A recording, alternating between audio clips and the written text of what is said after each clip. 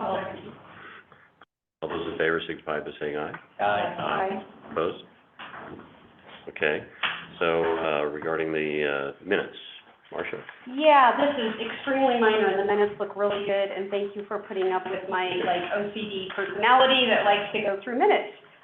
So, thank you for letting me review them ahead of time. I just noticed at the top of page 7, I think that, under Bayfield, it might be listed twice. It says Director Sickles explained, Director Sickles explained. Maybe you said it twice. So I would. It took that much explanation. I would just strike the second part and then move to approve them. Is there a second? Oh, wow. Well, did you want the first one or the second? The second one, senior center, to upgrade their parks and support the senior center. Okay, good question. I guess I would ask Director Sickles, which one you want? Okay, all right. Yeah, so so I move that we, based on her recommendation, remove that second, paragraph and then move to approve the minutes. So moved. She moved. You second? I'll second. Okay. All those in favor signify by saying aye. Opposed? Okay, passes unanimously. Thank you. We do not have any presentations with non-RHA entities, so next is Alliance updates. Mike, the Catalyst Fund update. We are still talking to DIDF about access to those funds. I have notified them that this board is open to enter into some kind of discussion and negotiation with them to receive the funding. They have met as an executive committee, and there's interest by some of the executives, or I wasn't in attendance, but so I should be careful with my words here. There's an interest as well to look at an option to provide those, to direct those funds to the FLC Foundation. So they have asked us for a proposal.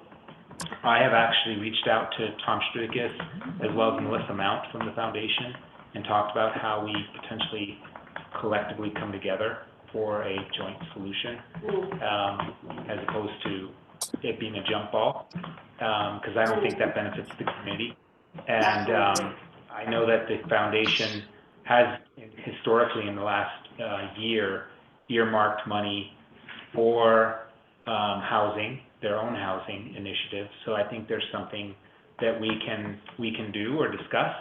I meet with Melissa next week, and so we'll, I have talked to our chair, and we'll keep our chairman informed, and then we'll have an updated conversation at the next board meeting. If something urgent happens prior to that, I will absolutely let this group know. As a side note, I had talked with Steve Schwartz last week, was with college, and we talked specifically about faculty housing, less so about student housing just because of potential drop-off in enrollment in a few years out, but a real focus on housing for the faculty. So I think maybe there's a way we can kind of gin up some of this together, right, and really help address something that will benefit housing, but also benefit the college right way. So we have a lot of work to do, I think. Yeah. But I think we're all willing to jump in and figure it out. I missed the first part of that, sorry, I was distracted, frankly, sorry.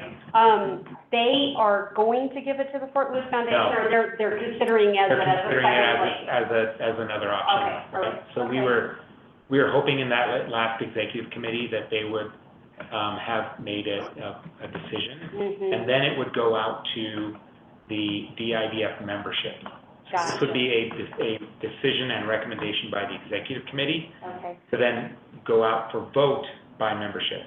The dissolution of DIDF is still going forward, so they do need to do something. What's interesting is of the executive committee, I think 5 were present. There's probably 7 on that executive committee. 4 of them were on the foundation, on this FLC Foundation board. So that's how that sort of came up.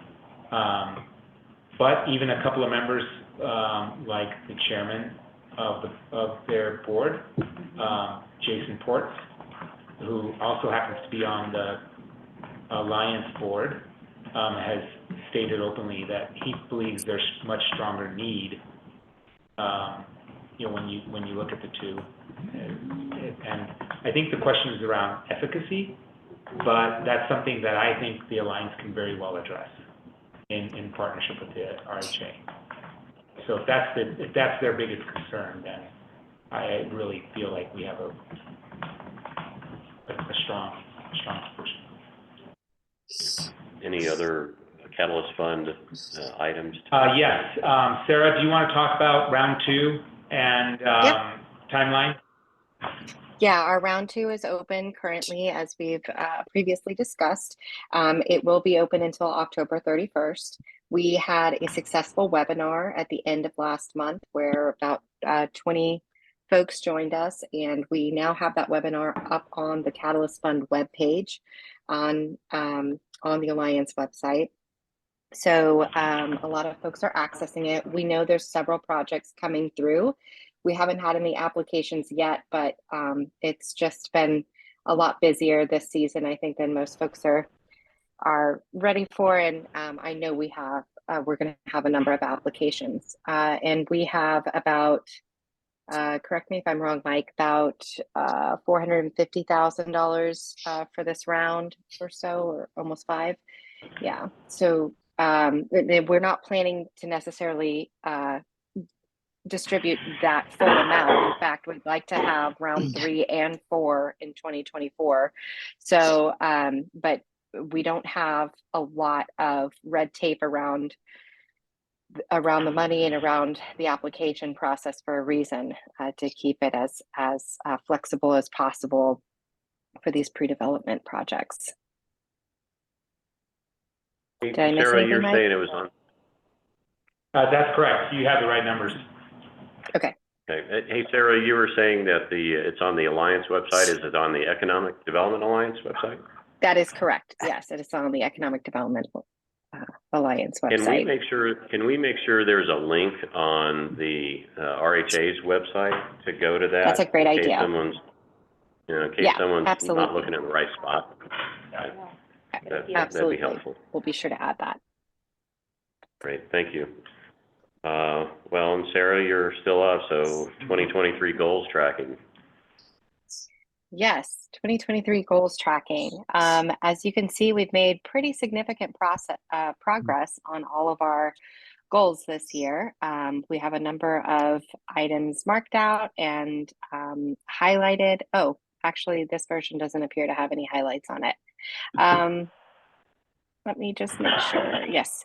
So we have, again, the website is up and launched, and that's really the hub of housing information that we discussed as well. So we are continuing to refine the RHA website, as that's a great place to have a lot of our resources. Let's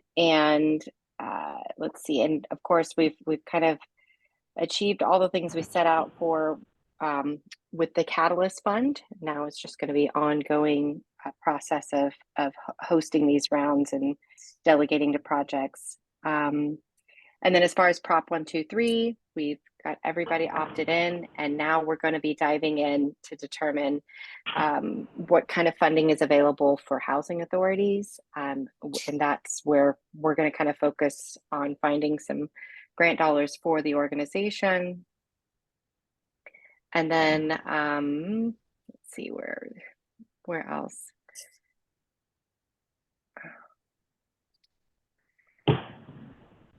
Oh, yes. So as far as, we're still going to be working on the rental assistance and also meeting with employers, and that will kind of dovetail into our work with the Opportunity Now grant. We call it Project Run, the Rural Upskill Network. So there'll be a lot of overlay there. Rosalinda can speak to that as well when we make that introduction. And then, just kind of uniting that regional approach to workforce housing policy and support project expedition. We're going to be having our strategic planning session at the end of this month. I just sent everyone invites on your calendar. It is still for October 24th and 25th. We have the location at the Bank of Colorado boardroom, and it's going to be the morning of the 24th, so roughly 8 to noon, and then the afternoon of the 25th, 1 to 5. The plan is that it will be facilitated by Clark with Community Builders. That he came in for that educational series at the end of July. We are still contracted with him through the DOH Technical Assistance Grant. So they're providing this strategic planning session, and they will be providing us with the strategic plan on the afternoon of the 25th. And we hope to have it in a place that the board can bless it and we can implement it after that strategic planning session.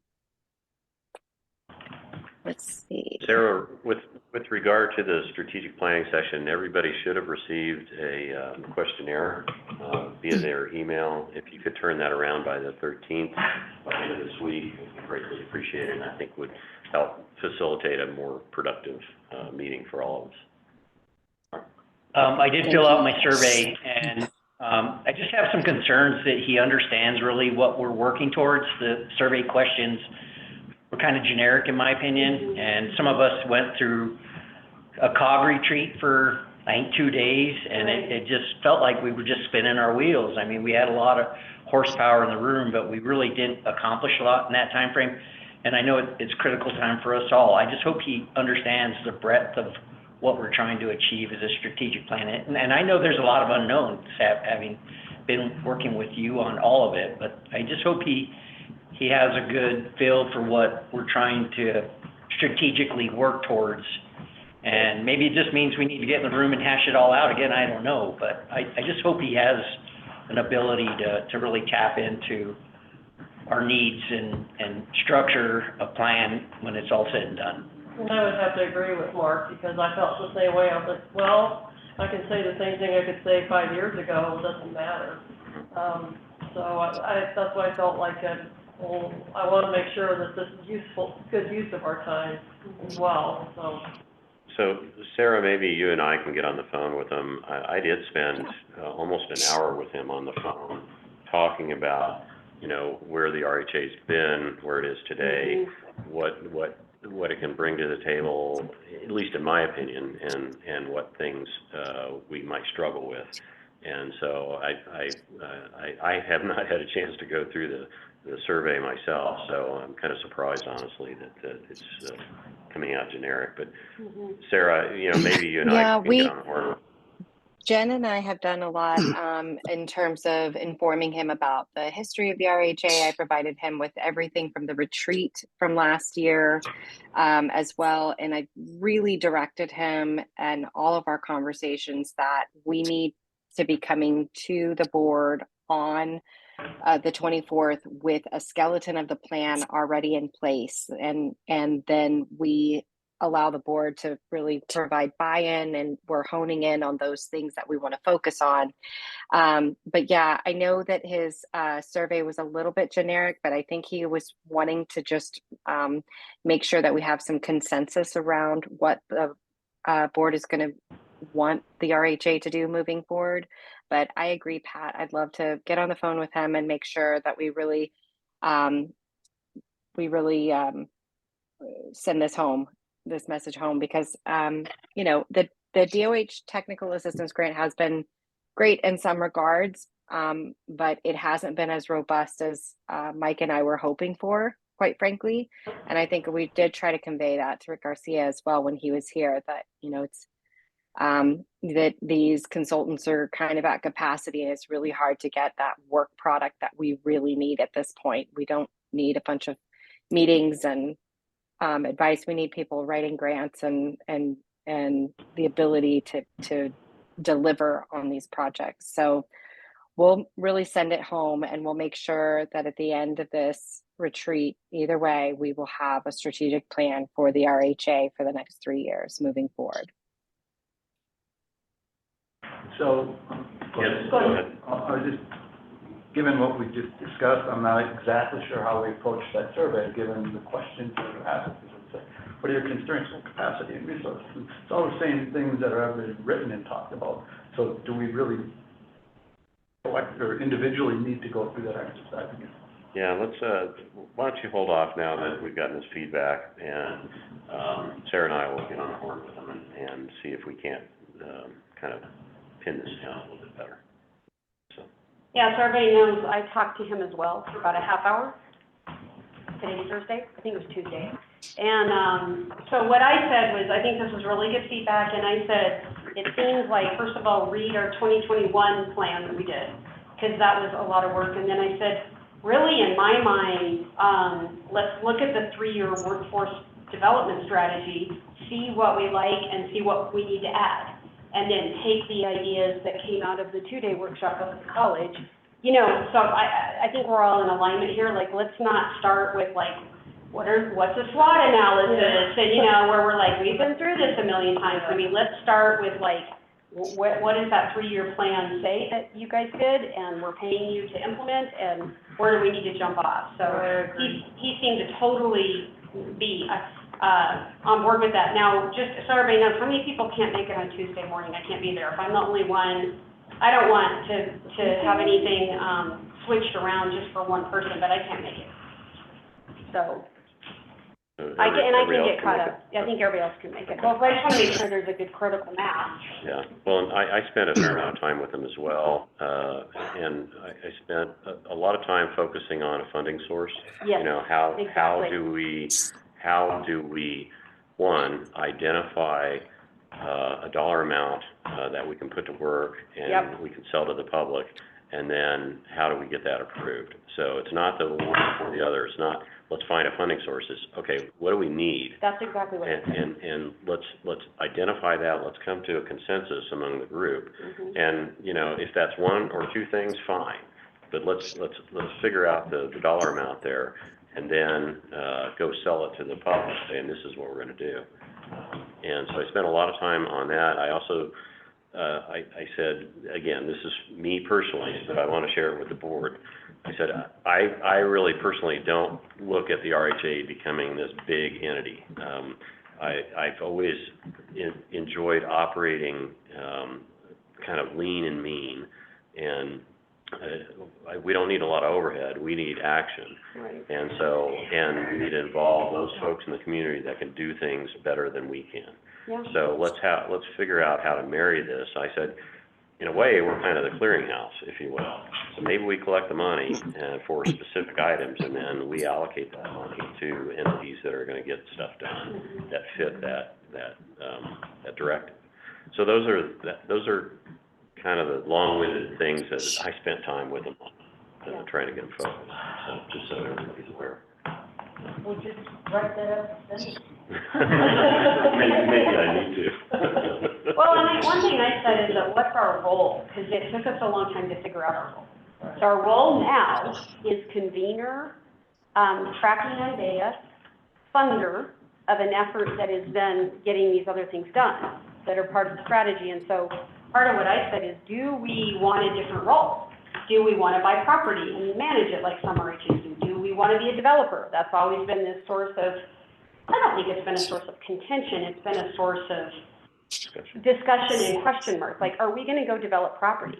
I think the issue is authority develops property, not an alliance. Right, but we have the authority of an authority. Now, we do, by state statute, we can do all that whole list in our thing. So we could do it, we're just called an alliance, I think, right? Yes, that's correct. Yeah. So, you know, part of it is just like, and we've gotten, I see Lori on the phone here, but we've gotten feedback from one member of the public that's like, we want you to go further and, drive the car faster, and I think so that's a key thing to talk about. Like, are we happy with our role? A lot is happening between Rock Creek and Cinnamon Heights and everything the city's doing, and not to mention the nonprofits. So that was one thing, the feedback I gave him. Not that we're going to decide that now, but Yeah. So I think we have questions down here. I think I'll let Mark go first. Go ahead. So, as far as authority, doesn't there have to be a Tabor election, to be able to retain, the revenue? So that's what I'm thinking of as far as the difference between alliance and authority. Because if you're receiving revenues, then there's gotta be There has to be a vote. a vote. Yeah. Mhm. Yeah. Oh, no, Clearly- That's yeah, what I'm trying to, yeah. Clearly, If we were gonna go to a vote for revenue, yeah. if we're gonna find any consistent source of revenue, it's gonna have to go to a vote. okay. Yeah, we can So- pose the question, but, not being an authority, we couldn't pose the question, so. Exactly, and we are an authority. Correct. Yeah, yeah. No, you're right, Katie, so like, if we wanted to get a significant source of revenue beyond what the governments are giving now or grants, we Right. absolutely have to go to a vote. Yeah. Can I interject something here real quick too? I don't want us to go too far off base here, but this morning I went to the Colorado Tourism Office Destinations Stewardship meeting, which is regional, and so the CTO has broken up the state in like 8 different areas where the mountains, mesas, and they've been reaching out to different destination stewards, and I got kind of pigeonholed into this, but I've been providing some feedback on it. The number one thing statewide has been workforce housing. Number one. And so sitting in there today, and there was lots of people in there from our region, there is a misunderstanding of what really our workforce housing challenges are. Nobody knew about Prop 123. Nobody knows about dedicated funding sources. And this is the number one issue in the CTO Strategic Planning Initiative, which I find really, really interesting. So getting back to our strategic plan, maybe our mission is education, you know, how we get out in front of Prop 123, how we get out in front of our projects. I don't know, but boy, there was just a lot of misinformation in there, misconception on really what our challenges are, because we're really fat with money right now, and how we're trying to tap into it and utilize it and all those challenges, it's not going to continue, and we know that. So I found it just really interesting. I wanted to share that with you. I was going to do it under my report, but being that they're working on strategic planning for tourism and we're working on our strategic plan, you know, maybe there's an opportunity within our strategic plan to communicate better with our constituents. That's really good feedback. I appreciate that, and Sure. I'll pass that along. One of the other things that I emphasize with them is... Sorry, go ahead, Pat. One of the other things that I emphasized was, just again, my personal observation is the RHA has actually brought the governmental entities together in a way that I haven't seen ever. And so I think that that needs to be retained, but it also needs to be emphasized to the public, because candidly, you know, it hasn't worked that way. You know, Bayfield's been ignored, Nashville's been ignored, city and county can't get along, you know, and so it's just been that way forever. Imagine that. So, no, I mean, this is, and Yeah. I know I'm beating a dead horse, but I think it's a dead horse worth beating, because this hasn't happened in my 20 years here. So this is a minor miracle in my view, because you guys is forever, you know. So I think that's an important part of where the RHA still needs to operate, and it needs to foster this cooperation. So anyway, I think we've probably done enough of this one. Sarah, you and I will get on the horn with them and figure this out. Yeah, I just wanted to reiterate what you said, Pat, too. The Durango Herald, I don't know if y'all can see this or not, but we had front page coverage for the RHA opting in to Prop 123 and front page coverage on Bayfield with Pine River Commons townhomes. So that information is starting to come out more and more, and we are getting coverage on it. There might just be, we might need to have a kind of an education series to really get people to understand, so. Good work on that coverage, and my apologies for not being able to attend the groundbreaking. I was really sick last week, so I didn't want Keep your sickness at home. to pass it along, even though I'm only a mile away. So, anyway, okay, so item 4, workforce development and housing. Rosalinda Linares-Grey? Hello. Did I pronounce that right? My name is Rosalinda Linares-Grey. Okay. I'm a new employee here at the Alliance, and I also work at the Fort. And this is part of the Opportunity Now grant. that we got through the state of Colorado. And we are working on a couple different things related to workforce. And I think workforce and housing, as you probably agree, are closely tied. So we're super excited to begin talking to both industry content experts on the kinds of skills that our workforce might need to kind of upskill, get promotions, get preferential interviewing, to get jobs. And then we're working with faculty on campus to create curriculum so we can create a series of micro-credentials. So these are kind of 40-hour courses that our adult learners can take. And we're going to have our first 2 certificates starting in the spring. And we are working with those industry and faculty partners in less than a month to start designing those courses. And what's unique about them, because you can go Google micro-credentials, you can Google certificates, you can find a bunch of them for free online anywhere. Ours are unique because we're partnering directly with industry and we're creating curriculum that are specific to our local needs in Region 9. And so we want to really work with our industry partners to kind of figure out what skills, what leadership skills, what management skills, entrepreneurial skills are needed in the community and get those directly to our workers so they can, we can create more equitable economic outcomes for our workforce. That's the plan. Just started a month ago, so give me a little bit of time. Exciting. You bet. Go ahead. Welcome. It's exciting to hear. So our Rock Creek project, which I'd be happy to show you in Ignacio, is just a piece of dirt right now, but we're working with Fading West, and they're doing modular construction, and they deliver boxes, and they need to be assembled on site. There's not a lot of trades associated with it, and what I see as an opportunity is some skilled workforce to do foundations. I mean, if you do an insulated concrete foundation, it's not hard to do. It's very easy.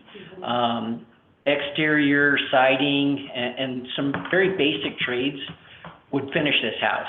And done in the right manner can really help keep the cost down versus contracting it out to a general contractor. So I think, and there's a lot of projects looking at Fading West. Twin Buttes, the Elevation Land Trust is working on a project with Fading West. So I think if we could have a really unique group that is getting training, working on affordable housing that keeps the cost down is really a win-win. And especially nowadays where there's a challenge for workforce anyways. So being able to put together some groups that can work on this type of housing, I mean, it's not starting from scratch and you have the plumbing, electrical, and other trades associated with it. I think it's fairly straightforward trade work. So I'd be happy to visit with you on that. Mark, so the Opportunity Now grant has 3 buckets. One is the planning, one is seed, and one is scale. And the scale is larger urban areas, it's $10 million or more. The seed was, I think, $1 to $2 million, and planning was $50K. We were awarded, in partnership with FLC, the seed. So it's a 3-year, $1.25 million grant. The planning bucket, Southwest Collab received the planning grant, and their proposal was exactly that, how to figure out to create a workforce through higher ed, or I want to say K through 12, but that's not correct. High school and higher ed, or adult learners that could plug into manufactured housing. They're in the planning phase, and they're trying to figure out who to marry to get the expertise. And the only local entities that could do that are Higher Purpose Homes, but they're also in the planning phase. So this would be very interesting. I'd love to introduce you to Jessica with Southwest Collab, and Rosalinda, if you can help us do that, because they're talking about exactly this as their sole focus on their Opportunity Now grant. Okay, happy to do it. It's a perfect match, a perfect alignment. Yeah, we'll do some intros for you. How does Pueblo Community College fit into this? That was Because totally my question. They're actually partnering with Yeah. Southwest Collab. Okay. So Because really Fort Lewis is not exactly. trade. Yeah, Yeah. right. They're at the table with Southwest Collab. They were identified as a partner in their grant application.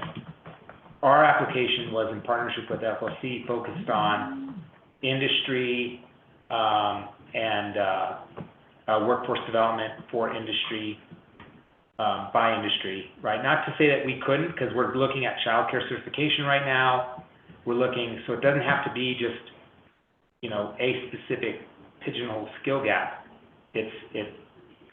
We're essentially able to write the book, because we don't have parameters around what those certifications are. We just have parameters around objectives and numbers and impact and demographics and number of certifications. 2 per year, total of 6. But yeah, this is a great conversation. Let's connect the dots there, because it's already started. Great, thank you. Yep.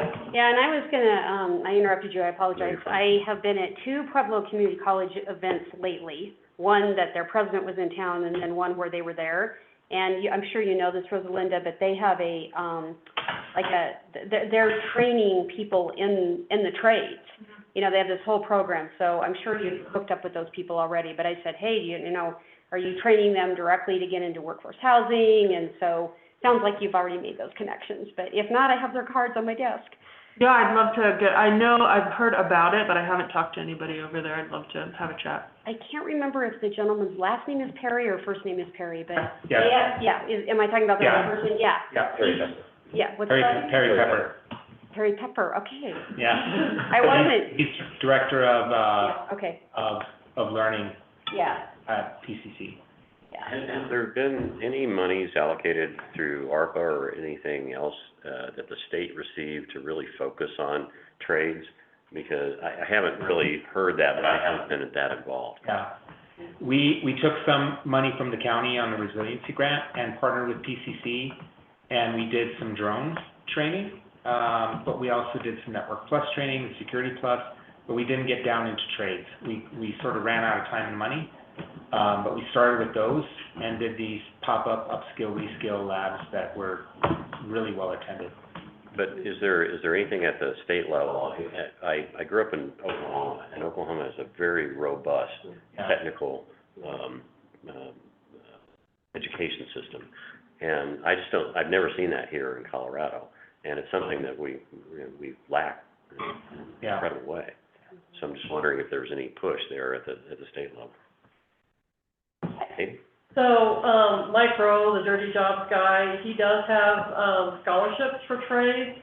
And I know I have a relative, that is going into the trades, thought that, he could make a lot of money and going into business, and has really, is making $70,000 a year, and basically is still in training for plumbing. So, you know, something to consider as well. And I know that, he got a portion of a scholarship for that as well. One of the Opportunity Now Colorado grant recipients got a $3.3 million called the Western States College of Construction. So they'll be doing some of that trade related. Some of the other recipients are focused a little bit more on trade. And Mark, I think you're dead on. I think we've talked about modular potentially being the future of some of the construction answers here. And I think to the extent we can marry that and facilitate it, we all win. Yeah, be happy to connect on that. And just a quick FYI, I've been in communications, as I mentioned, with Fading West, and it looks like they peaked, and they're now plateauing because they kept saying, you better get in, and now they're the same time frames that they told me 4 months ago are still holding. So I think and they're anxious, so I think they peaked, which is good for us. Yeah. I mean, it's not gonna affect price per se, but it's gonna affect delivery. So, it's just an exciting time, I think. But this would be, the whole workforce issue, I think, would be a really great thing for our strategic plan.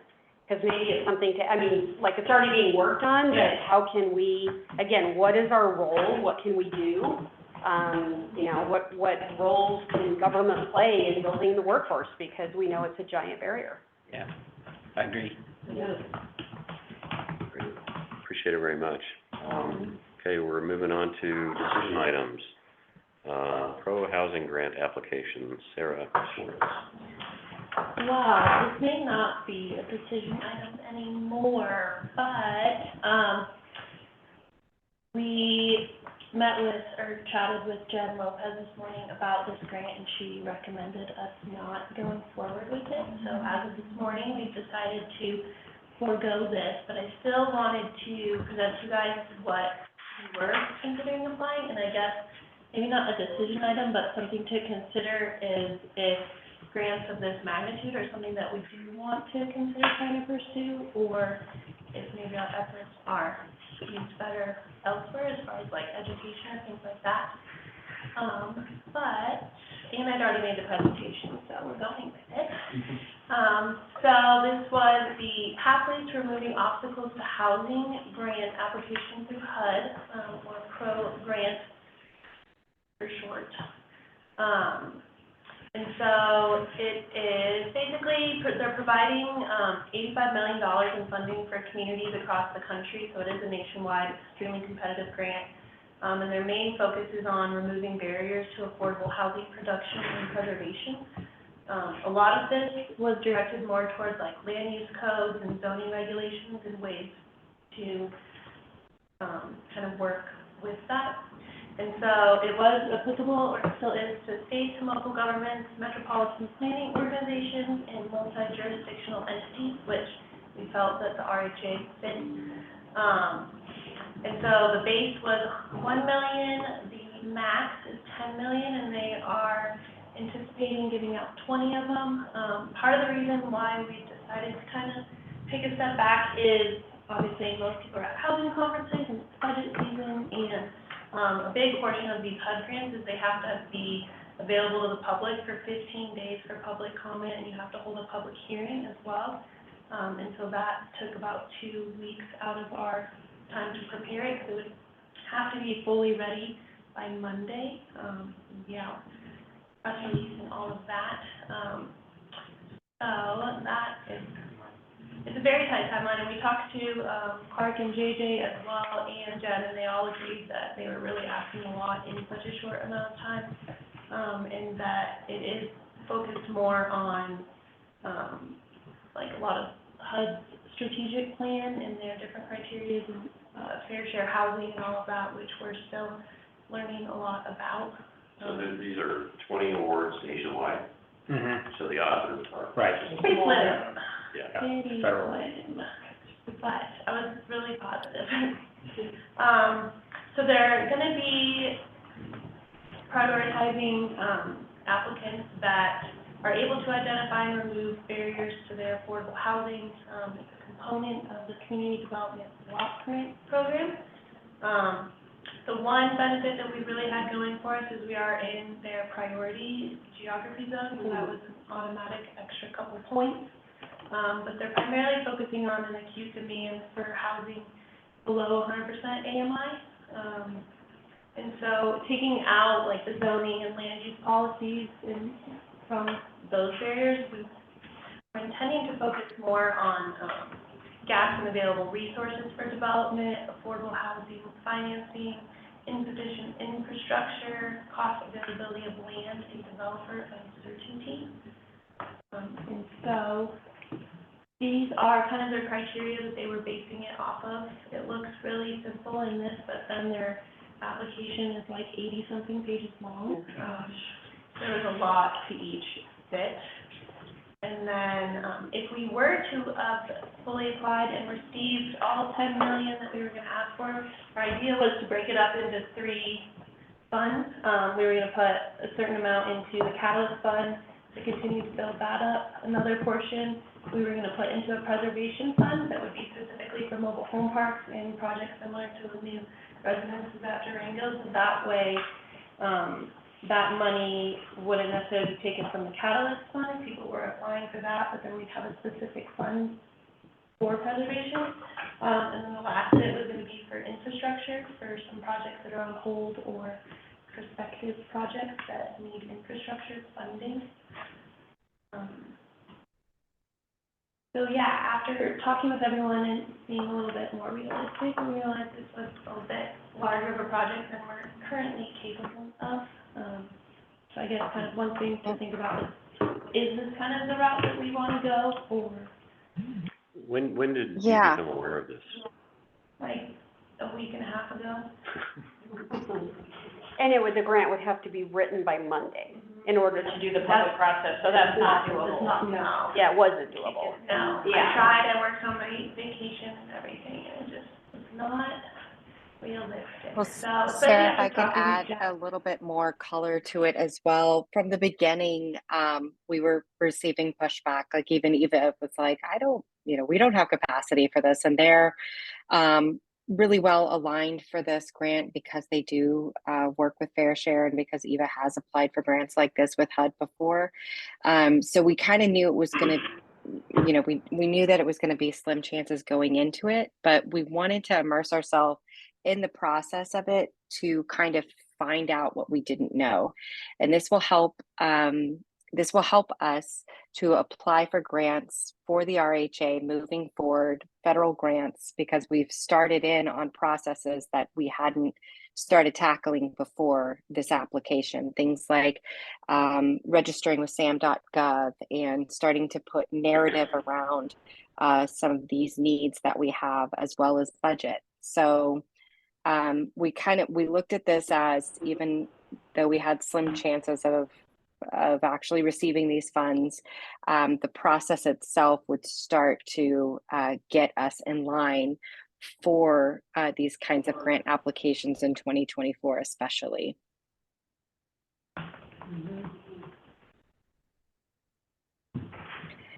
So we kind of wanted to just have the board fully vet it and hear the work that we did and get your feedback.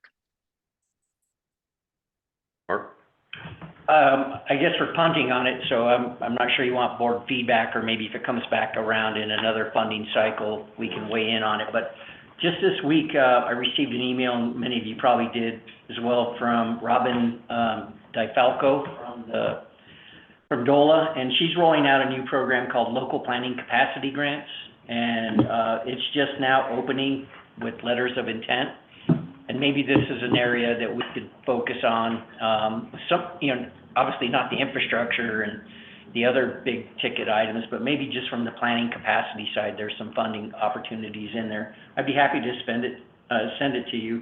Maximum award amount is $200,000, and they expect to award this fall within $50,000 to $100,000 range. So I just throw that out there. It's nothing that specifically the town of Ignacio could apply for, but maybe it's a good fit for the RHA.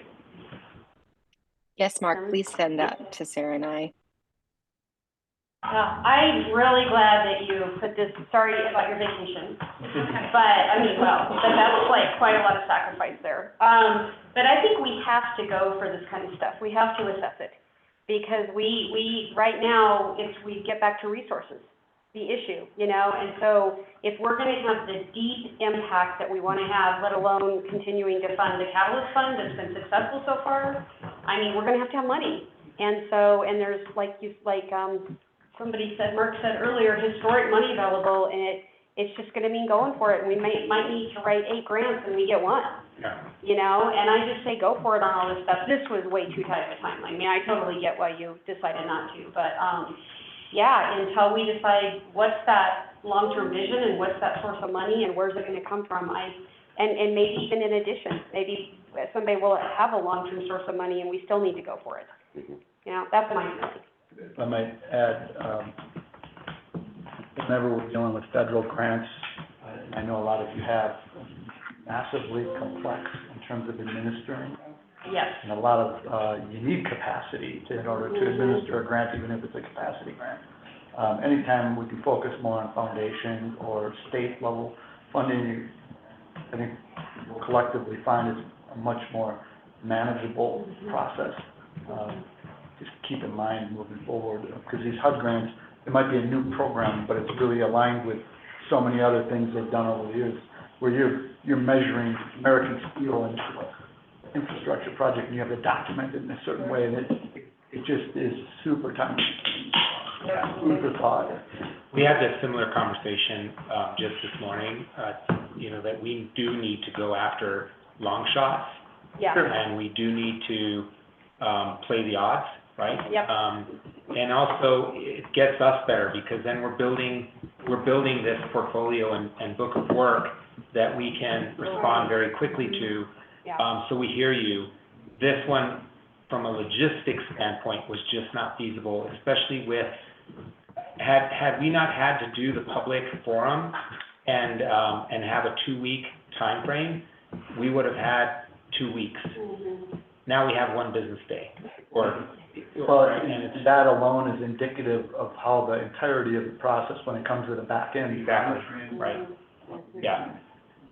So it was a learning process, but we jumped through the hoops, and I'm glad we did it. Yeah. Yeah. Kudos. Thank you. On to the next item then. Okay, Sarah Tober, talk about the National Forest Service Workforce Housing Feasibility Study. Yes, thank you. So we had a presentation from Dave and Nick with the National Forest Service in August, I believe it was. And since that time, the Catalyst Fund round 2 has opened. And we've also heard that they presented to the town of Bayfield around their property there in Bayfield as well. And through the conversation at the RHA board meeting, it was determined, hey, they have 2 parcels. One has infrastructure right now, one can in the future. So what if we have kind of a collective approach to this? So the town of Bayfield had approved for the staff of Bayfield to apply to the Catalyst Fund for a feasibility study. And at the time, the RHA had directed us that they supported a feasibility study being done, but that La Plata County should make the application. So some things have changed since then in terms of we have a bigger, broader picture now, and that is that we believe that the Bayfield property could be considered sort of a phase 1 approach for headquarters and workforce housing, so kind of a mixed use development, and then Cole Ranch could be phase 2. And obviously that would be maybe a 10, 20-year long-term plan there.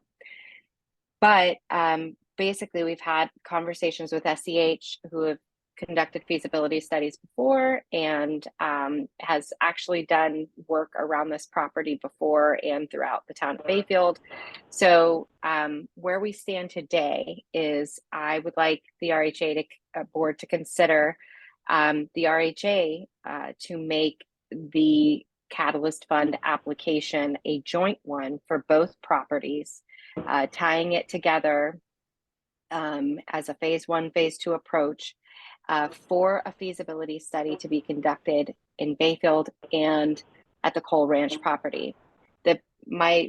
I've been advised by ASEH that the Bayfield property, because there is infrastructure and there's less need to figure out water and do soil testing and things like that, they can actually provide a few schematics with their feasibility study for Bayfield, whereas the feasibility study for Cole Ranch is going to be much more of kind of a bigger picture of how much density, how much population could we really put here, how many units, that sort of thing. So again, the National Forest Service is committed to this being, workforce housing, first and foremost for the National Forest Service workers and rangers, but also open that up to housing for workforce in La Plata County, especially first responders, teachers, and the like. So based on what I've talked to with SEH, what they provided for a proposal for Cole Ranch, we think this would be roughly about $30,000 for both of these feasibility studies to be conducted. And these applications are going to happen regardless if the RHA gets involved or not, but I think it makes sense that the RHA board would take the lead on this as a workforce housing project that could have long-term implications for the county wide. So that is the decision I am laying in front of the board today. Thoughts, questions? Sarah and I actually chatted about this yesterday, to put it on the agenda for folks to consider today. On the one hand, we are talking a long-term issue, and is it the right time to be spending money or applying to the Catalyst Fund? Obviously, the Catalyst Fund board is gonna decide, you know, what to allocate. The flip side of that argument, however, is I've been talking about this being a 15-year problem in the making, and it's gonna take 15 years to dig our way out if everybody's rowing in the same direction, right? So, or digging in the same direction. So reflecting on it a little bit more and looking at the benefit to the Forest Service and how important that resource is locally, I would be in favor of pursuing this on behalf of the RHA. Wasn't there an October timeframe where they were supposed to find out from the state on, did we ever hear back? I actually realized I should have researched that. So that is the Flexible Partnership Act on the federal level. Right. I don't know where it's at with the potential shutdown that didn't happen, but now we're on a continuing resolution, and oh my goodness. So that has to get passed to renew the ability for them to do coal ranch as a long-term lease. So we wouldn't ever want to spend money until we know that Flexible Partnership Act is passed. I want to make sure that, Yeah. in the motion, we make sure that. Yeah, make sure that's true. Yeah, I can actually email something. And Mr. Chair, because I reviewed the minutes of that meeting before this meeting, so the proposal was that the coal ranch project be submitted to the Catalyst Fund on a contingent basis, so contingent on that measure being passed.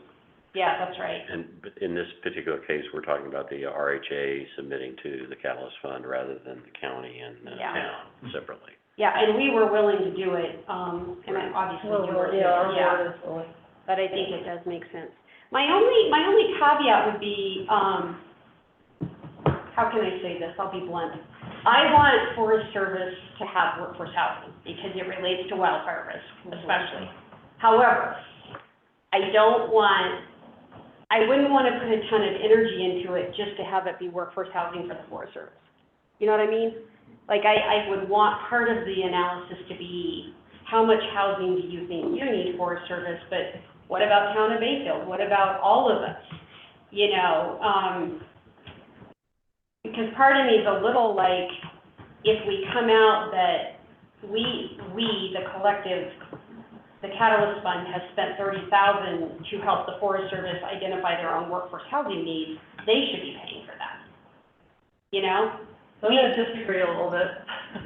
I'll let Trustee Moreland speak her side, but on the management side, the more housing that we can do for Forest Service workers, the less housing they take in the Bayfield.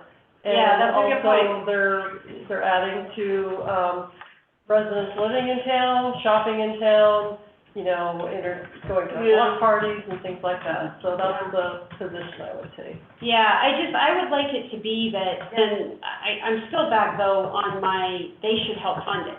Oh, You know, like if this is a Forest Service exercise, then we could spend, I'm just being completely blunt here, I'm not on the Catalyst Fund, but we could spend maybe 15 of the Catalyst Fund and the federal government find 15 to contribute to the study.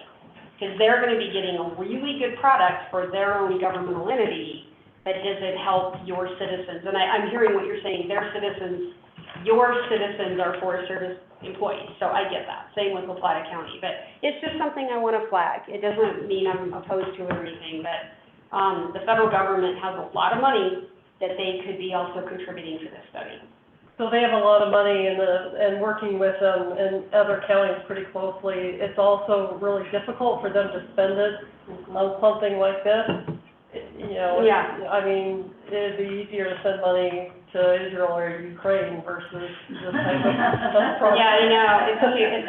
So I think that, you know, even buying paper clips or pens or a printer for maps, I think has been challenging. So all I can say is that I understand that they should be participating, and the thing is that the property itself, in some ways, is a benefit. Yeah, of that's the true. money. It's an incline, yeah. I just would like the question asked, like, how many units would be, because that would be part of the inquiry, how many units in Bayfield and on Cole? Yeah. And then how many do you? That's what the feasibility study is Yeah, about. that's. Yeah, I know. That's right. Yeah, but We have then, no clue. But I think also in Cole, I mean, are they only thinking fire department when you get to the Cole Ranch one? Because it sounds like they were open to Yeah. they're very open. Yeah. more than just the fire department. So by doing it as one Mhm. single entity, we're actually getting Yeah. What they you're want, looking for. yeah, like, I agree with you. yeah, I mean, I'm like, I would love, if 40 acres out of 70 that's flat, Right. I frankly would love to see, I'm speaking as one commissioner, how can we get some county employee housing? Right. How, how can we get firefighter housing? So Right. it's just something I want us to be thinking about. City of Durango, maybe people could live a little past Elmore's and come back into the city to work. They already do. I know. Yeah, they already do, you're up, yeah, right. Okay, so Pine, they already have, most of their staff doesn't live in Bayfield, most of them. Yeah. Already It's saying, I'm yeah. like, That's it's amazing. ridiculous. That is amazing. Yeah. Well, it's like 30% of the employees at Durango only live here, the rest live everywhere else. Mhm. Okay, so with this Cole Ranch and that Forest Service, I recall when they came in, the reason they came was because they needed housing, but they didn't have the skill set to go ahead and do the development. Mhm. So I would be for, us moving forward with something, but I'm also concerned for, others getting workforce housing there. So maybe if we presented a proposal or something where they dedicated or they were considering other housing applicants besides just the Forest Service, that might be the way to go. I think you could probably, I'm sorry, Jim. It would seem the feasibility study would be a bit agnostic on who's taking housing. It's more about what you can get on these properties. Oh, that's And smart, then, yeah, and that's then you really go smart. from feasibility to, okay, Yep. brass tacks is Yep. what now? We're Mhm. gonna move this forward for. Yeah. And, I think that makes total sense. I'm kind of in the camp of life is too short to wait for the federal government. So, I'm with you on that one. and God bless you guys in government, because you put up with a lot of stuff that I could not put up with, in terms of I patience think and local timing. government is easier to get things through Yeah. than federal government. Yeah, I totally agree. And that's why I'm in favor of pushing this through, and Kevin, I think you're exactly right. It's finding the feasibility of what these parcels can handle. Right, And how it gets allocated is a whole other issue down the road. Yeah. I agree. So just to, because we have some listening public, so Cole Ranch is past Elmore's as you go to Pagosa on the right. Bayfield, And, as you go to Bayfield, on the right. yeah.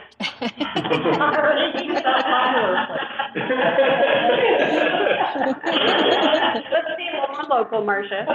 And there's a sign there, it's 70 acres, 40 if this flexible partnership act is renewed. Of course, 50 million details that have to be researched. The Forest Service can lease it on a long-term.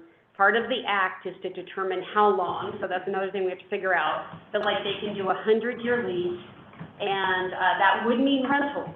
That would mean rentals, so we need that too. We don't have a lot in really important for us. Yeah. List. And so what they would like to do, as per when we went on a tour, is they would like to move, and I don't know if this would still be in their vision if it was phase 1 or phase 2, but they want to move the headquarters that is in Bayfield to Cole Ranch, put workforce housing there, and then the logical question was raised, well, what are you going to do with the Bayfield property? So just to catch everybody up. And- When I heard this discussion, I wasn't really worried about Forest Service in Bayfield. I was worried more about the perception possibly that the RHA was applying for Catalyst Fund funding, and what maybe the private development community might be thinking about that.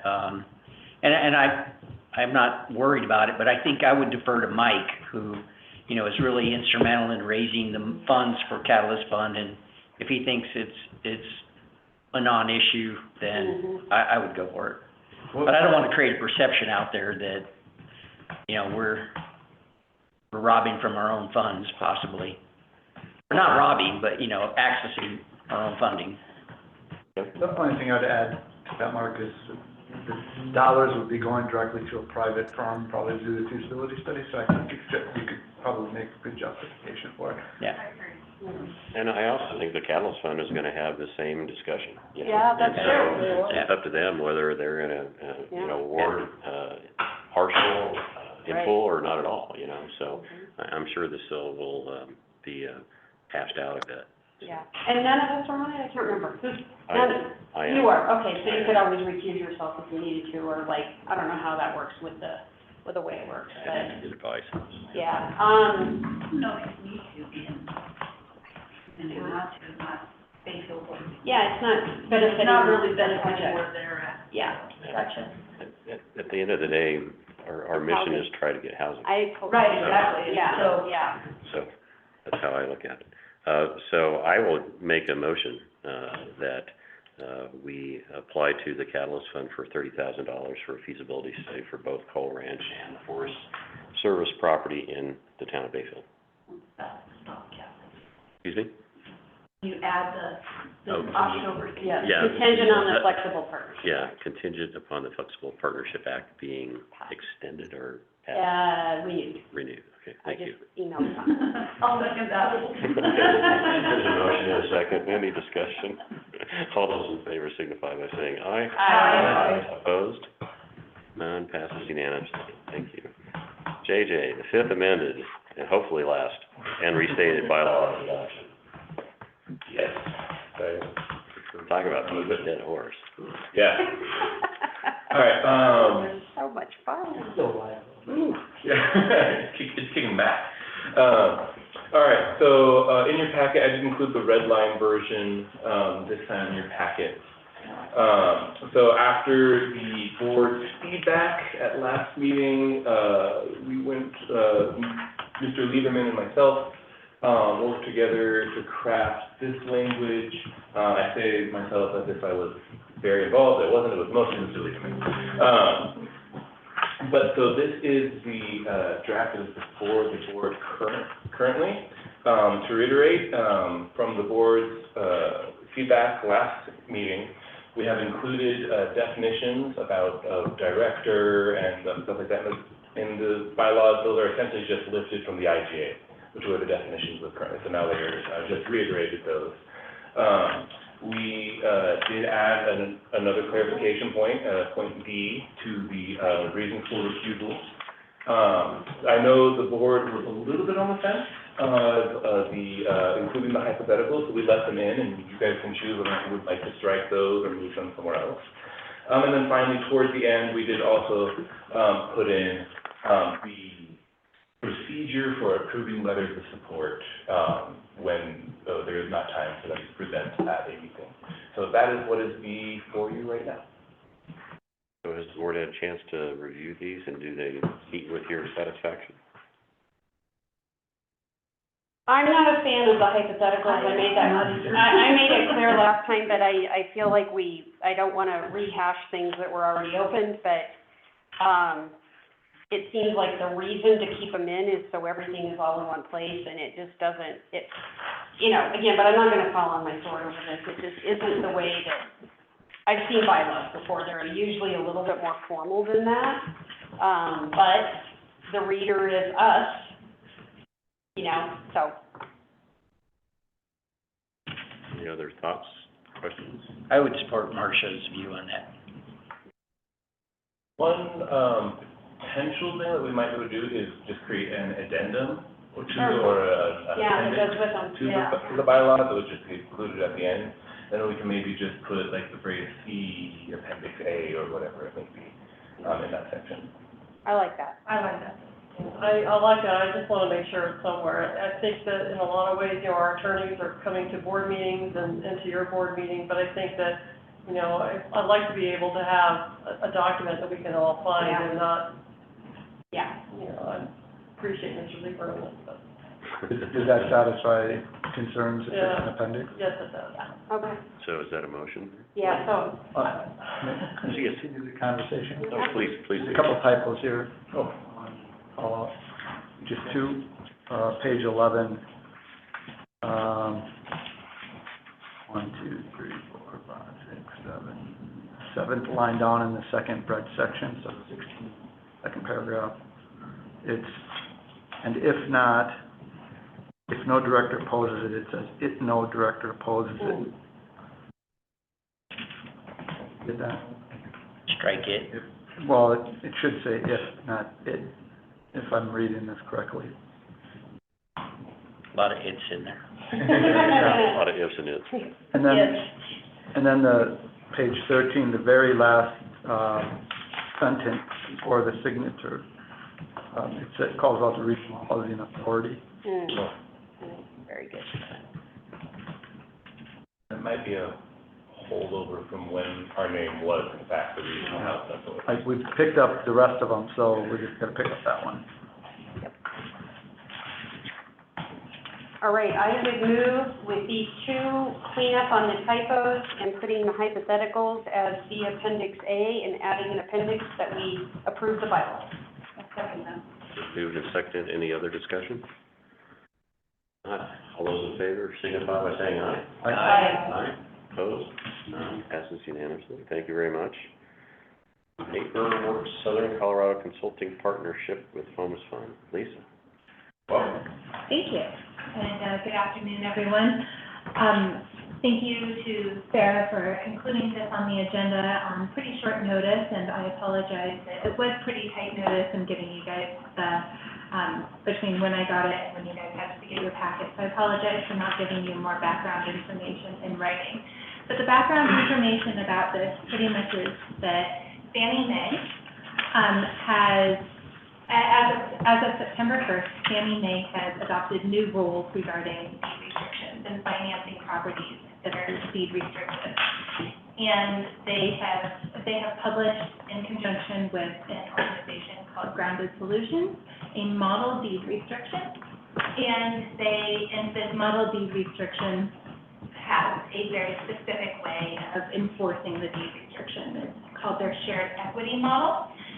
And it has a lot of repercussions about how we structure our programs, whether it be Rock Creek or future mountain, or future, you're not City of Durango, you're City of Durango. Future Mountain Trace or Cinnamon Heights or Pine River Commons. So all of these great projects that we have in the works, will need to get financed, right? When people buy these homes, there needs to be financing available. Fannie Mae and Freddie Mac, those two together, conventional mortgages, those are by far the biggest players in the home financing arena. So Fannie Mae has already changed their rules. Freddie Mac is probably just slightly behind, probably learning lessons from Fannie and then going to change their rules. So it's basically them changing the rules has created quite a bit of confusion. And I'm sure that I am not the only one who is confused by the conflict between the old rules and the new rules, and these new Fannie Mae rules and FHA rules and things like that. We need our deed restrictions, and we need our programs to be designed in a way that is as compatible as possible with as many funding sources as possible. And I want to try to ensure this earlier rather than later in the process. The Senator Bennett's office, John Whitney, actually introduced me to Ashley with Neighborworks, Southern Colorado, and I've found her to be incredibly insightful and knowledgeable about these new rules.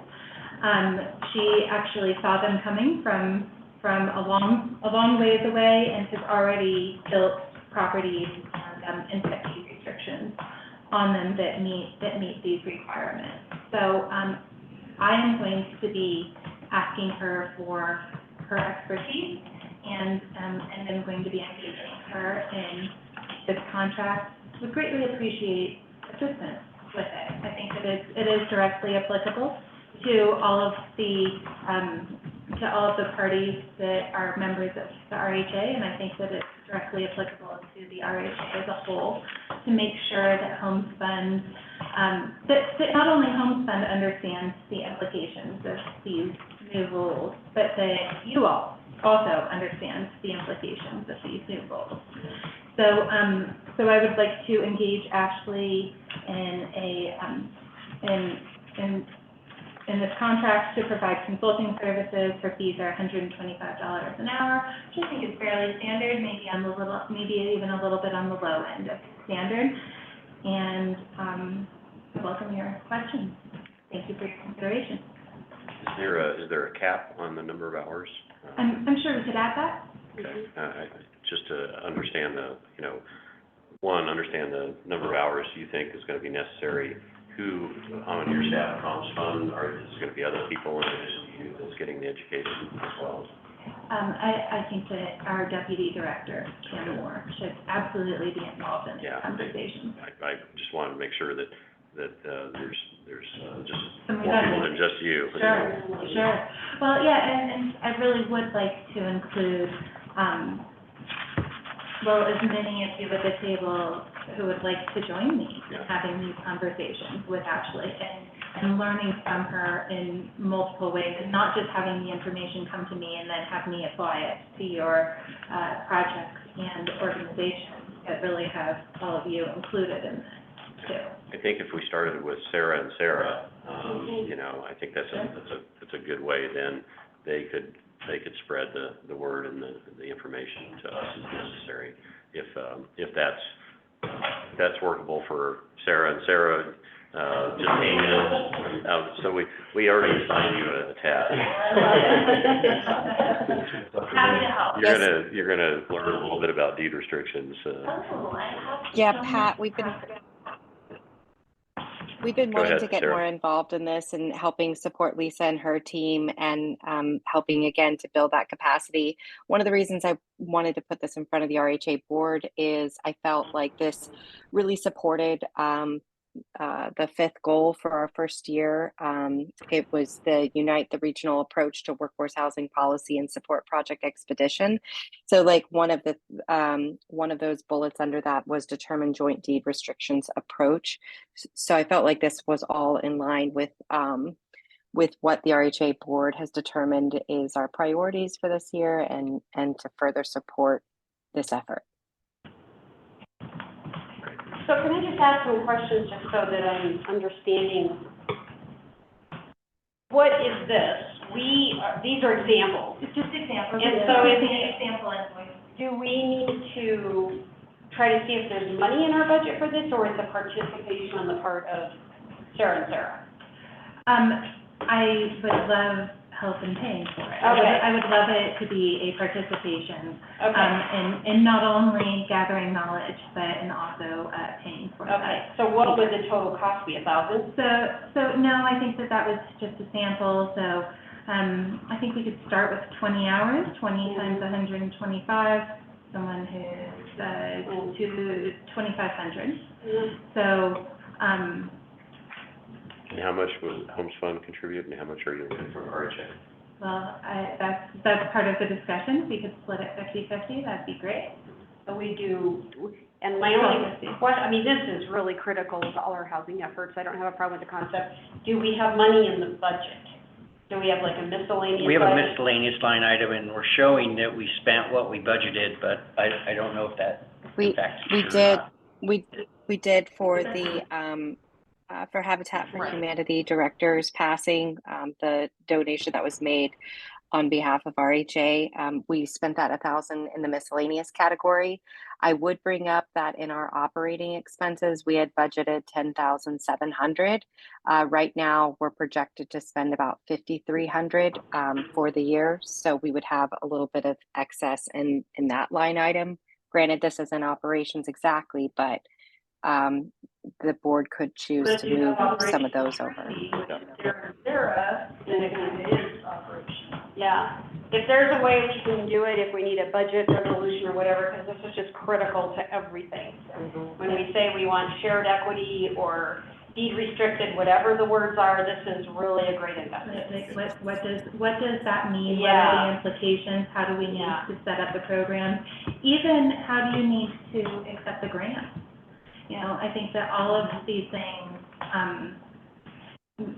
are questions that we need answered sooner rather than later, and getting some expertise on these brand new rules. So I think I had a fairly good grasp of what was financeable before September 1st, and now with Fannie Mae just switching paths. It needs to learn some more and make sure that I don't lead any of you astray. Yep.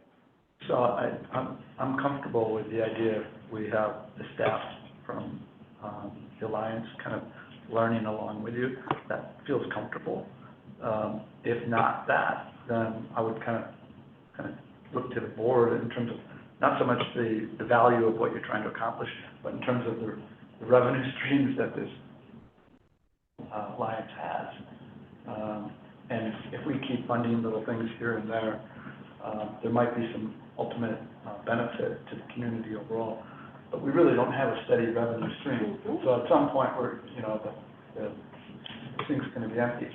And so, and then I would look back to Lisa and, ask you, and I think we all support this in some manner, but, if not this, then what kind of thing? $2,500, would you just find a way for HomesFund to absorb that? Would you use fair share money from the city? In fact, I guess that would be a question, are they participating? Is it worth the squeeze to ask for a small participation? Yeah, so this is my first ask. Right. And I feel like it is very necessary for me to gain this knowledge in order to fulfill the PSAs that I have with each of the local jurisdictions, and especially the side agreements for these specific communities. So HomesFund is going to engage Neighborworks Southern Colorado and Ashley for these services. I do see it as a direct benefit, so I would certainly appreciate the help, but it's an ask, not a threat. My only last point would be, it's really not about the value of what you're trying to accomplish, it's what we do as a board in terms of utilizing what limited resources we have and how we apply it, because you could have 6 more organizations right in line asking for $1,000 here, 2,000 there, 4,000 here, and where does that get us at the end of the day, given what we have to work with? I totally agree with that, but on some other angle of thought is that we're giving it to the RHA to learn it, to know, and it could potentially be a barrier to housing, because you can have all of the grants and everything that you want, when there's that little shell of loan that person that's gonna buy that house is gonna try to go for it, and the deed restriction isn't one that Fannie Mae will work with. You've just made it so much harder for them to get financing. So, I mean, it is a barrier. And I don't discount that in any manner. So I don't know if maybe in next year's budget or in this planning session that we're doing, that we talk about those kind of things and put it in our budget for X amount of things and that sort of thing. But I think for the purpose today, I don't have a problem with it. And I think it's very directly related to the RHA activities and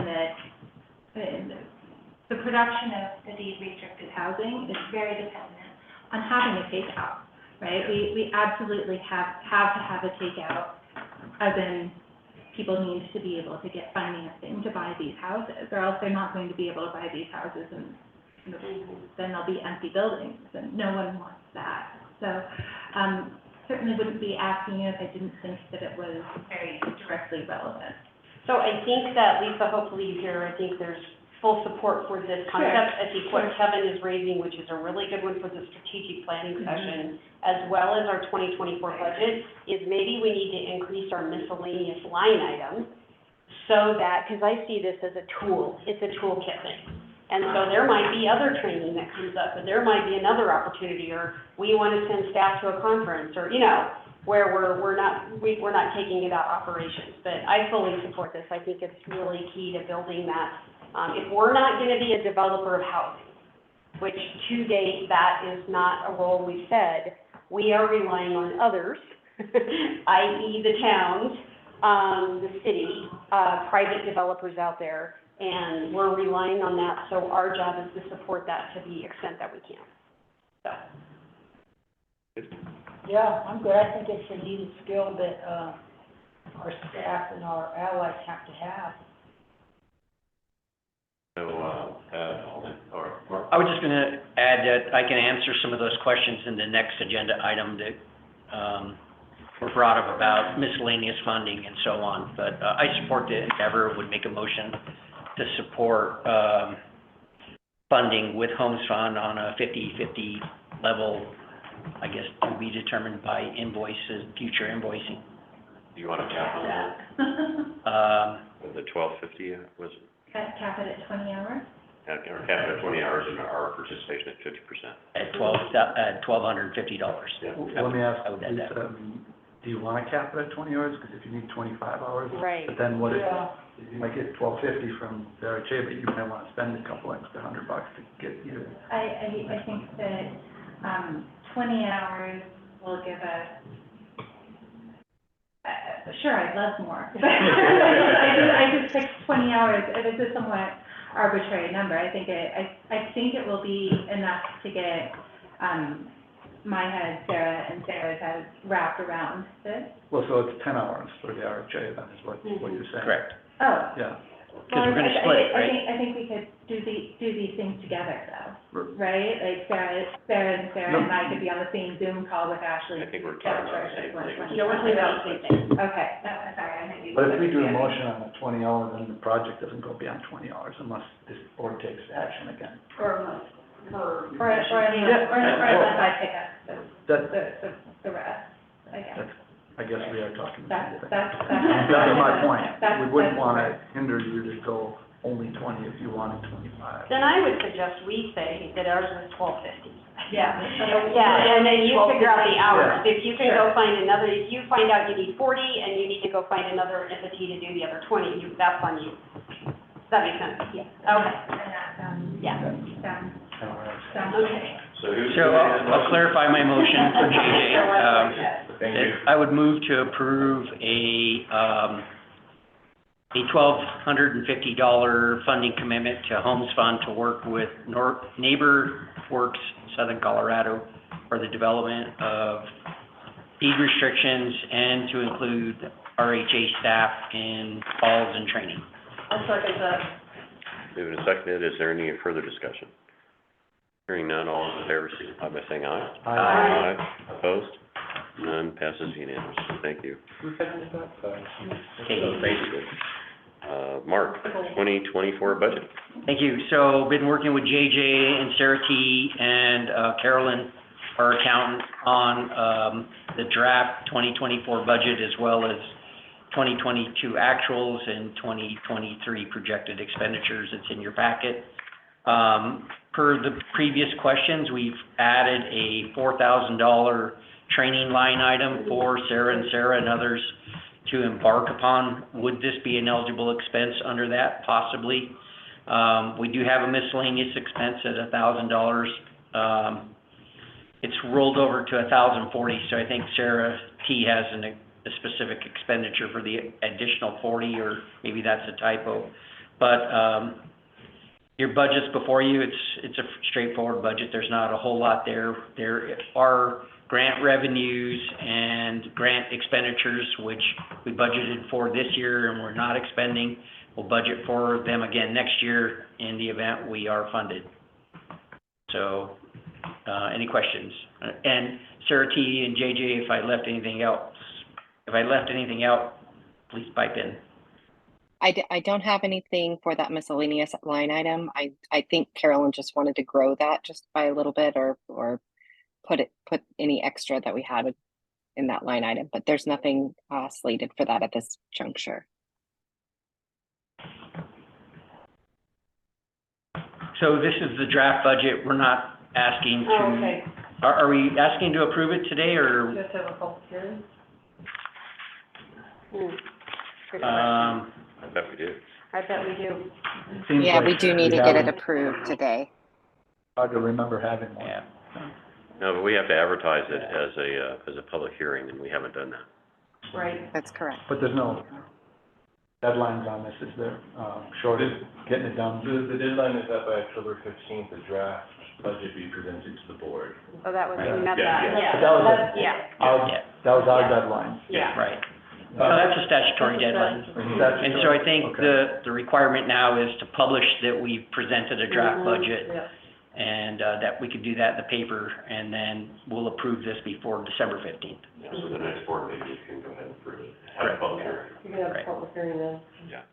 Question, if we, let's just say that based on our HUD conversation, that, because this is like 500,000 in grants, and that grant would have been $1 million, if we have some big opportunity, we can go back and do a budget revision? Sure. Okay, because I know counties can't do that. You know, we are statutorily like, this is our budget, and we go at the end of the year and do, but it's very difficult for us to maneuver across line items.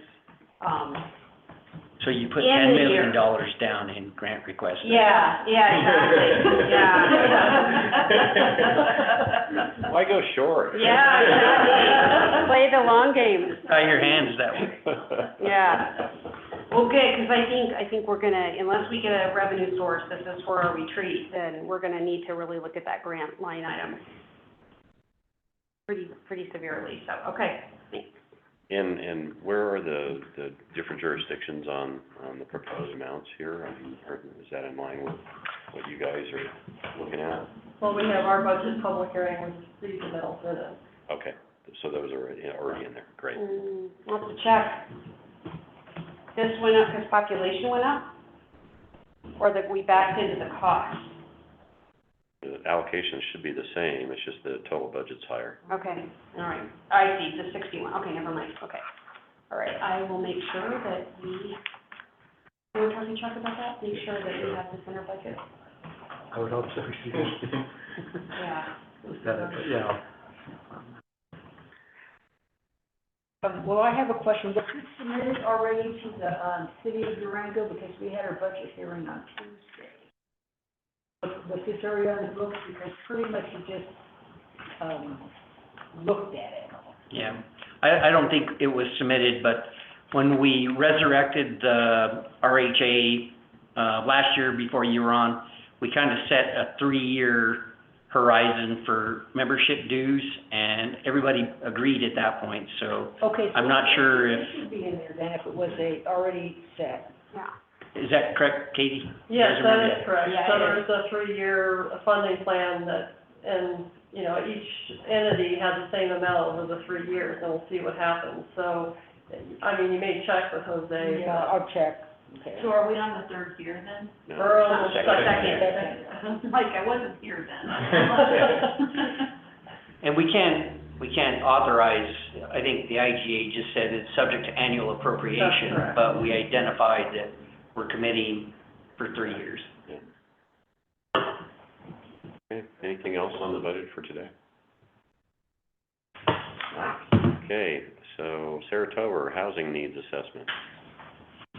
I would just conclude that, Oh, sorry, let's make sure we get this published, please, thank you. and show it as a public And- hearing. Oh, actually, Mark- I'm not certain if it is, but it might be good to, yes, yeah? Yeah, Mark, you mentioned putting it in the newspaper, so we need to put it in the newspaper as well as place it on the website? I would do both, or just say in the newspaper that it's available on the website, and then have Okay. a link on the website to get to that. And I don't think we need a public hearing, so no, we haven't opened one and taken public comments for records, but I don't think we need one. I'll have to look for sure, but the requirements are different for multi-jurisdictional authorities, than it is for municipalities and counties. I will stand corrected on one thing that we do need to do is establish when we will approve the final budget. So when's our December meeting? Early. And I'm going off of what statutory rules are, so it could be a little different, as JJ mentioned. It's set for, the 14th. 14th, okay. So in our notice, we need to say that we have presented a budget for 2024 and that it'll be adopted at the December 14th meeting. And it's available for review at the Can we website. adopt it at next month's meeting, November? We could, if that's what you want to do. Might as well get it done out of the way. Okay, so November meeting is the 16th? No, it would be, The ninth. Okay. So we do need to state that in that public notice. And then I believe we need a motion to proceed with this draft budget. Am I correct on that? Sure, I'll make that motion to. Is there a second? I will second. All those in favor? Aye. Now, Sarah Tober, Housing Needs Assessment.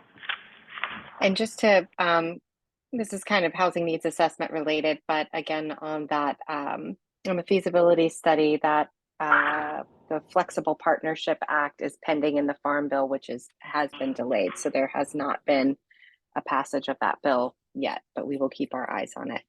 As far as the housing needs assessment, we've heard resoundingly from the board that we would like to have an updated housing needs assessment that everybody can kind of point to on these grant applications. And, you know, we had the latest data is the root policy study that was conducted in 21 that is kind of based in COVID numbers that people would like to have updated from that point forward.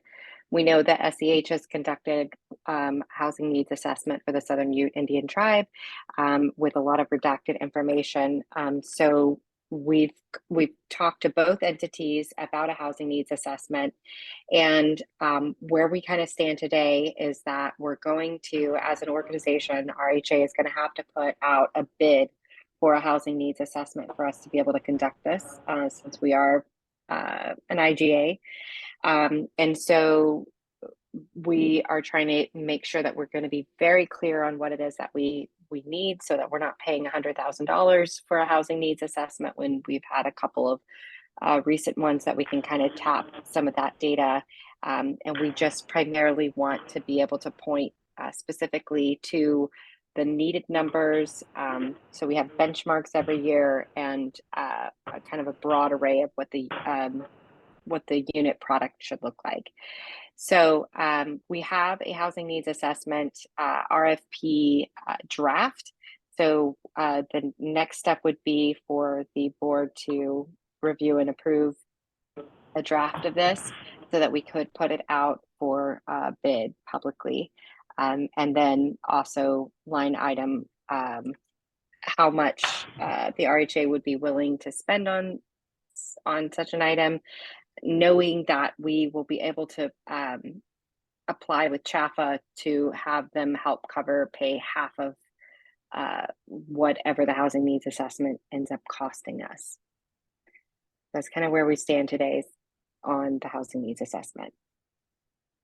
So how are we going to pay for our half of it if we get CHAFA's participation? I didn't see that in the budget.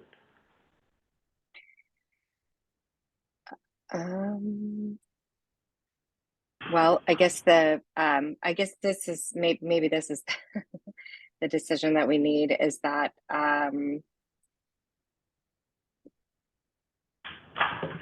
we need to determine is the We do have a grant match line item. Yeah. The grant? Match line item. Yeah. But we haven't expended any funds. Got it. Okay. I mean, is the idea to try to get a grant besides CHAFA to help pay for this? Potentially. I know that for instance, the DOH technical assistance grant, I asked if we were able to include a housing needs assessment in that, and they specifically did not cover that. But we can certainly try to identify other grants and apply for them to help cover this and just kind of putting this in front of the board too, this could be done fairly affordably, like in the 10 to 20,000 range, but it can also go all the way up to $100,000 depending on how in-depth we wanted to get. So that should be a directive of the board as well. So we do budget for it. We weren't projecting to expend any monies this year. So, and I think it's budgeted and as well as next year. So you're talking about in the grant matches, yes, column or the correct, line item? that row. Mm-hmm. I'm not entirely clear where the 20% consideration was there, but, that might be policy discussion.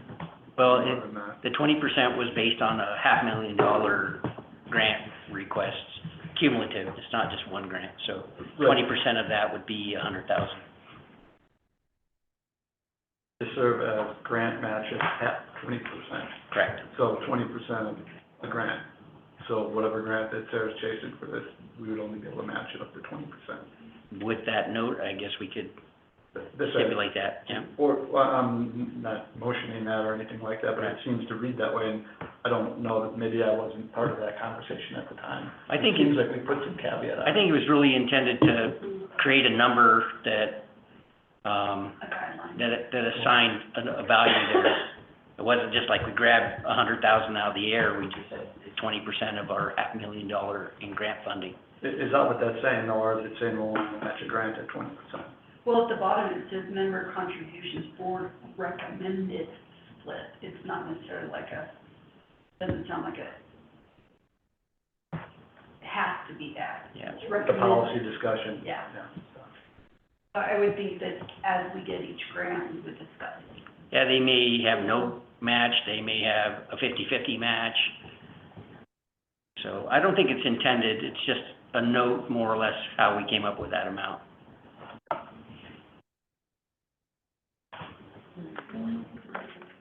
And I guess I would be troubled if we spent $100,000 in grant match on a housing needs assessment, but. Yeah, for sure. Yeah. So what action are we, being asked to take today? I have some questions. Go, sorry.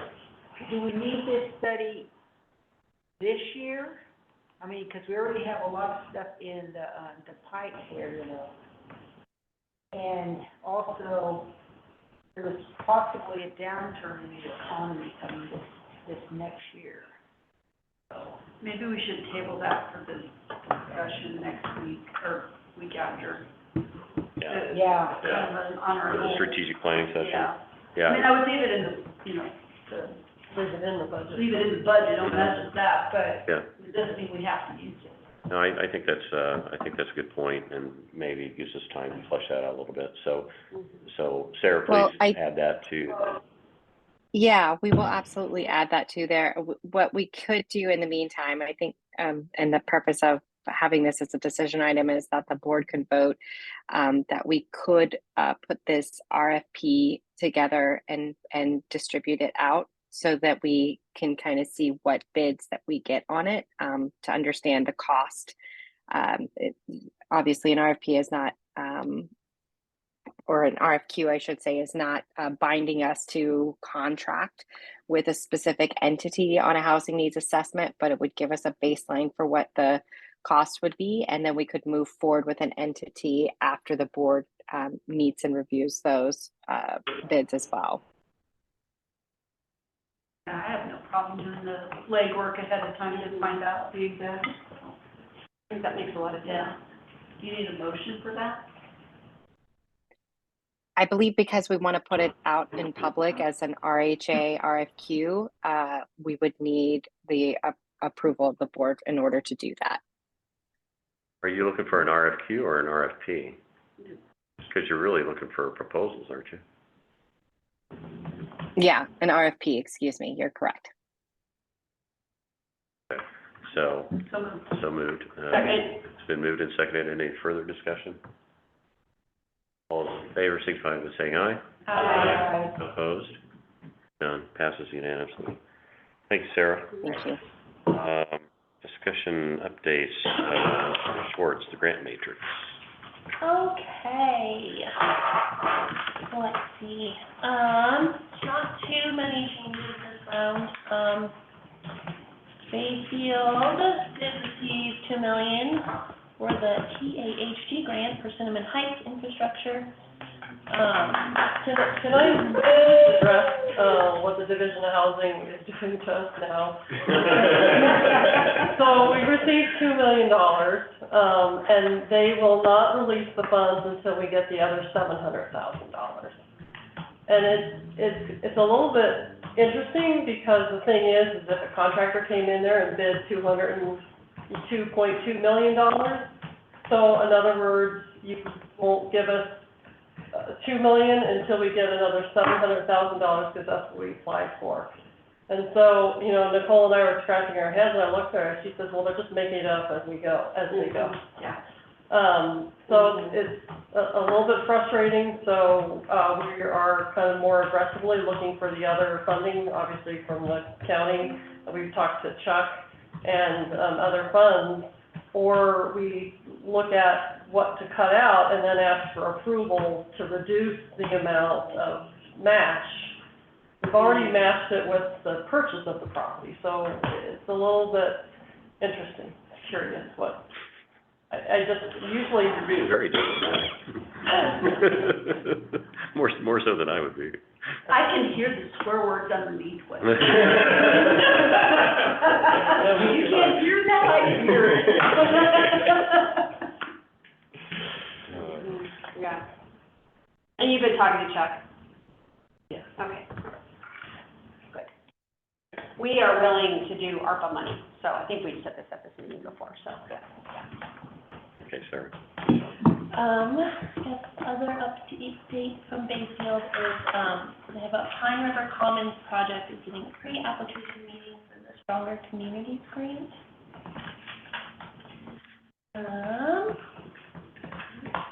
Any other updates for Bayfield? We're looking for other opportunities.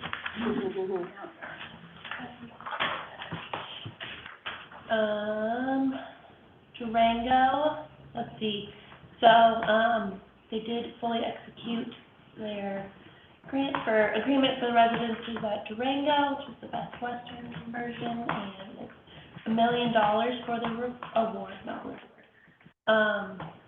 And you guys have not a groundbreaking, but Yeah, they did, next week, open house next week, what, the 27th, I believe? Next week or the following? Oh, wait, the Following week, 27th, 10 a.m. 27th, I believe. Yeah, 27th at 10 a.m. I'll be there. Let's see, and for Durango Crossings, you have a pre-application meeting with DOLA or you had one. Doesn't the same notes as I was going off of. How did your meeting go on the one I'm looking at doesn't have all of those notes in it, so. Well, you know, for the Durango Crossings, I wasn't there because I was at another meeting, and currently, Eva, who would have been there, is at her conference we'll look at her notes if she said anything. Okay, in her notes, it just says that she had the pre-application meeting with DOLA on the 5th, and they were discussing private partnerships for Strong Communities Infrastructure Grant request seeking $4 million in grant funding. And DOLA is going to notify them at some point to see what they think. And that's about it on, Durango Crossing, let me see. That's about it there on that.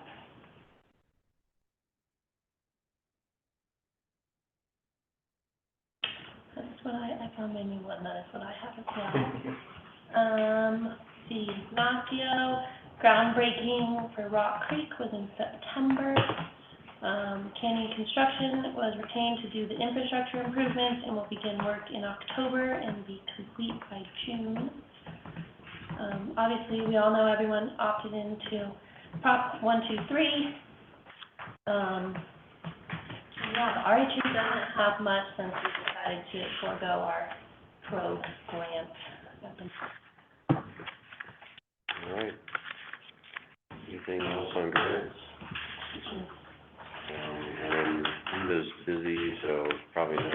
Prop 123 updates, unless Sarah, Tober, unless you have anything to add on Prop 123?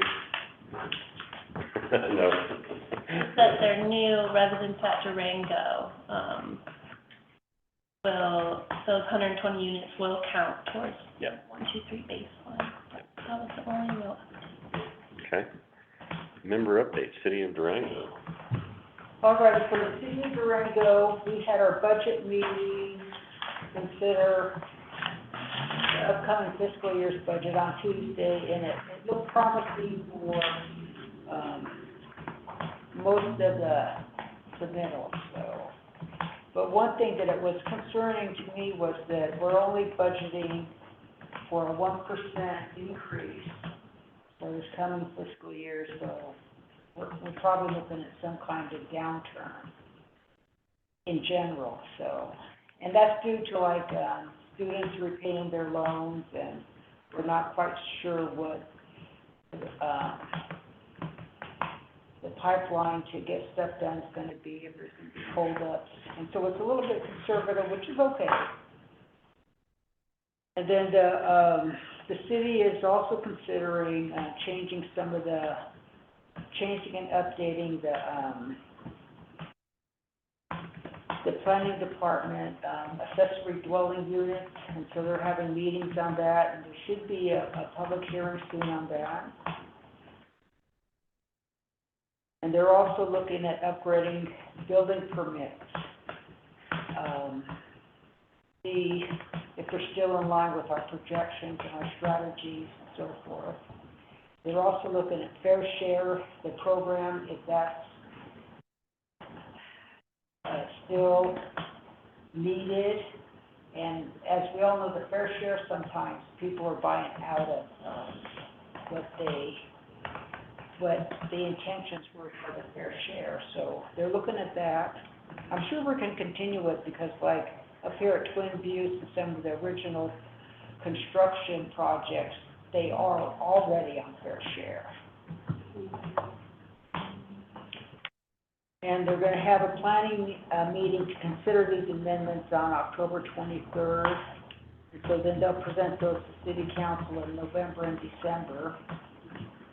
And these should take effect in January 24th, based upon the recommendations after the planning commission, all the hearings and discussion at City Council.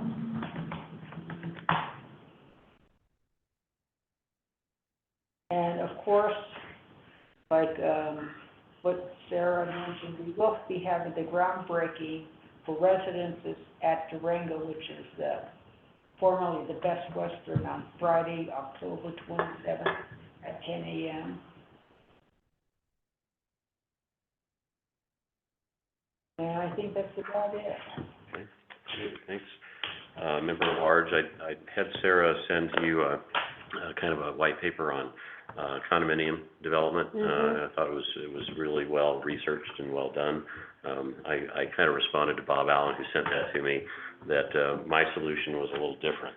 And my solution was that, one, you can't retain an attorney on a contingency basis. The homeowners have to pay. That the attorneys can't earn any more than 10% of the total claim. And what was the third one? I forget what the third one was. That the claims money had to be spent on fixing the problem, that they can't be pocketed. So I think you could actually solve everything with that simple solution, but it'll never happen. So anyway, so much for that. Well, I will say on that point, though, that you probably read in the paper, I came out saying we really need to take a look at this when Governor Polis was here. We had lunch with him, and I think it just shows where the conversation's at in Colorado. I think it's not on the center anymore. I mean, it's kind of coming from all sectors, but we really need to take a look at this if we're going to get more condos going. So now, the devil is always in the details, and we haven't seen a bill yet. But, yeah, we have to look at all some of the tools that have been sacred in the past, not to ever be discussed again, now have to be discussed. And you've been saying this ever since I met you, so. Yeah. Sorry, I'm broken. No, that's okay. It's a fair issue. So, Mark, Town of Ignacio. I was gonna say, I haven't read the article, and I will, but the Colorado Sun covered an article on, why condos aren't being built too, so I think Marcia mentioned, there's a lot of discussion on this, so hopefully something positive can come out of it. You guys have heard me talking already. I don't really have anything to add. We're gonna break ground hopefully this month and keep moving forward with our project, meeting with Fading West next week. And so, trying to put together a bill that they might be the first units in our area, if we can pull the trigger on that. Also working with the tribe on their fiveplexes, so that's gaining some momentum, and they're interested in Fading West as well. So, need some construction money, just interim construction funding, working on that. And I think if we could put a trade group together, that would really help with the Fading West product. It really would, and we could all stand to benefit from it. I'm talking to Elevation Land Trust about their build, who, they're working with Fading West as well. So it just might be, even a couple of trade or groups that are working amongst us as we try to fill the need and use the Fading West product until something else is available. It might be worth talking to Mike Fouts about that too, based on his experience building the Gage apartments and, the resources they tapped into and things they learned, so. Will do. And Fading West has a list of contractors as well, which I hope to wade into next week, so. Great. That's all I have, thank you. Thanks. Town of Bayfield. Well, our comp plan is out for draft or public review through the month of October, and there's public hearings on the 14th and the 21st of November to review that comp plan and hopefully adopt it and move forward with some more land use changes in our code. That's the big thing. Great. Plus budget. LaPlata County. Well, we could just touch on the fact that we're still working with West Side and getting that organized. We're still working on contract, which we're getting inching it closer, but that's moving forward. And then also the Adventure Inn is another project the county participated in. Same thing, a lot of back and forth, nothing big splashes at this point, but a lot of details being worked through. Oh, we have in our draft budget, I just wrote this down because I was looking up the RHA number, we do need to increase it to match our budget here. We have, in our draft budget, $110,208 for HomesFund, I know that already, and $60,000 for housing solutions, so. Spread the wealth. Just wanted to mention that our party is coming up on October 26th. I believe I emailed a bunch of people this morning. If you did not get an email invitation from me, please let me know, and I'd be happy to send it over to you. And please put it on your calendar, 4:30 to 6:30 at the Zia Cantina, just around the corner from here, and would love to see all of you to celebrate. We had an on the road there last night, the commissioners with young people. And we had about 12 young people there. It was really awesome. Boy Scouts, the whole range, so it's a great place. Yeah. Great. Fabulous. And JJ, you have the information, right, so that you can make sure to do whatever is kosher in case more than a quorum shows up or whatever. Yeah, whatever rules you have to abide by. Okay, thank you. Have to advertise for, to have a burrito. Anything else for the board? Not, this meeting's adjourned. Thank you. Thanks, everyone. Appreciate your time. Minutes is fair. Yeah. Perfect timing. Lots happening. Hey, JJ, I appreciate you printing these off, but Yeah. I do off my computer. Oh, okay, so I can do one less for you? No problem. I do like to print it. Thanks. No, I'm here for however you best interact with paperwork. I like it. As long as there's internet. Yes, absolutely. Bye, everyone. Bye. Good job, good job. How's everything going, Kevin? Yes. My brain's dead, I was doing too many meetings. Oh, I guess. Yeah, we're looking at 5 meetings right now, one is healthcare, one is finance related, so, yeah, she's part of I it. don't see it. I'm not kidding, because I hope, it's like running trains from